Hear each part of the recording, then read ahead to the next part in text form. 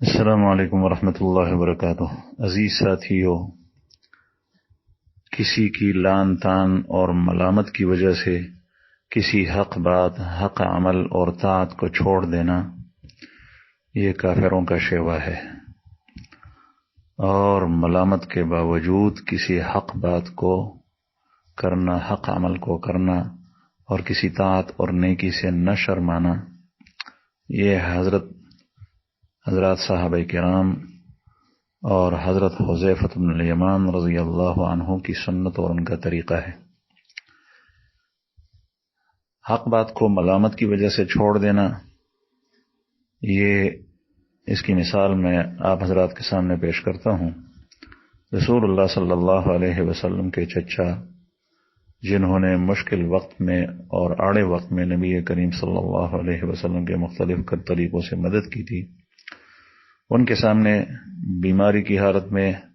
جب وہ تھے، رسول اللہ صلی اللہ علیہ وسلم نے ایمان پیش کیا، اسلام پیش کیا کہ آپ چچا کلمہ پڑھ لیجئے، میں آپ کی سفارش کروں گا۔ تو ابو طالب نے اس وجہ سے کلمہ نہیں پڑھا اور چھوڑ دیا۔ خود اس کے اشعار ہیں جس کا ترجمہ یہ ہے کہ لوگوں کے طعن کا ڈر اگر نہ ہوتا تو آپ مجھے قبولیت حق میں جواں مرد پاتے۔ لولا الملامت او حذار مصبت لوجدتنی سمحا بذلک بینا، اگر یہ ملامت کا ڈر نہ ہوتا تو آپ مجھے پاتے کہ میں اس کو پڑھ لیتا۔ تو ابو طالب نے کلمہ نہیں پڑھا اور اپنے بھتیجے سے انتہائی محبت تھی، لیکن ملامت کی وجہ سے نہیں پڑھا، تو یہ حق بات کو چھوڑنا ملامت کی وجہ سے ہوا۔ یہ ابو طالب کا طریقہ ہے، اور ابو طالب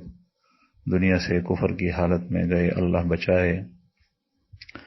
اور ملامت کی پرواہ کیے بغیر رسول اللہ صلی اللہ علیہ وسلم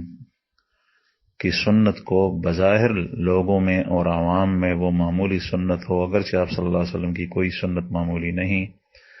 ملامت کی وجہ سے نہ چھوڑنا، یہ صحابہ کرام اور حضرت حذیفہ بن الیمان رضی اللہ عنہ کی سنت اور آپ کا طریقہ ہے۔ اور یہ مختصر واقعہ،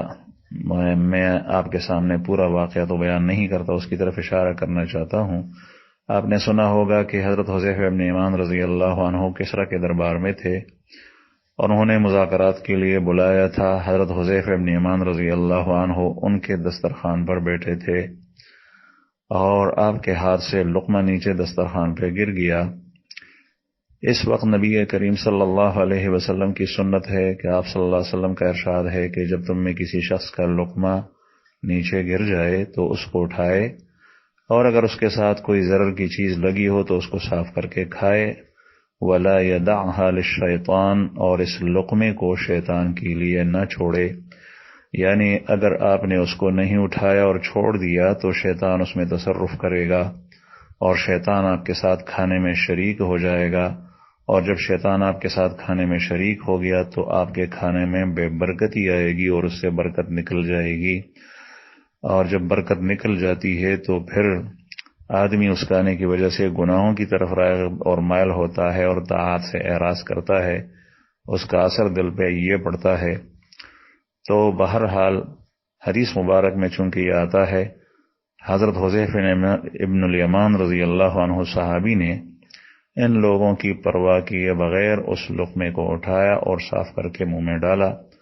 اس پر کسی نے جو اس کے پاس بیٹھے ہوئے تھے، اس نے کوہنی سے ان کو اشارہ کیا کہ یہ کسریٰ کے دربار میں اس طریقے سے کرنا یہ یہاں کے آداب کے منافی ہیں، کھانا کیا کم ہے جو آپ نے اس کو اٹھایا۔ تو حضرت حذیفہ رضی اللہ عنہ نے برملا اور ببانگ دہل اور ڈنکی کی چوٹ پر یہ جواب دیا کہ اترک سنت حبیبی لہؤلاء الحمقاء، کیا میں اپنے محبوب صلی اللہ علیہ وسلم کی سنت اور آپ کے طریقے کو ان حمقاء اور احمق اور بے وقوفوں کی وجہ سے چھوڑ دوں؟ تو بہرحال عرض یہ کر رہا تھا کہ ملامت کیے بغیر آپ صلی اللہ علیہ وسلم کی سنت یا کوئی بھی حکم شریعت کی کا ہو اور یا کوئی طاعت ہو تو اس کو ملامت کی وجہ سے نہ چھوڑنا اور کرنا، یہ صحابہ کرام کا طریقہ اور شیوا ہے۔ اور ملامت کی وجہ سے کسی حق بات اور حق عمل کو چھوڑ دینا یہ کافروں کا طریقہ ہے، لہذا اس سے بچنا چاہیے۔ اللہ جل شانہ ہمیں دین کی سچی محبت دین کے ساتھ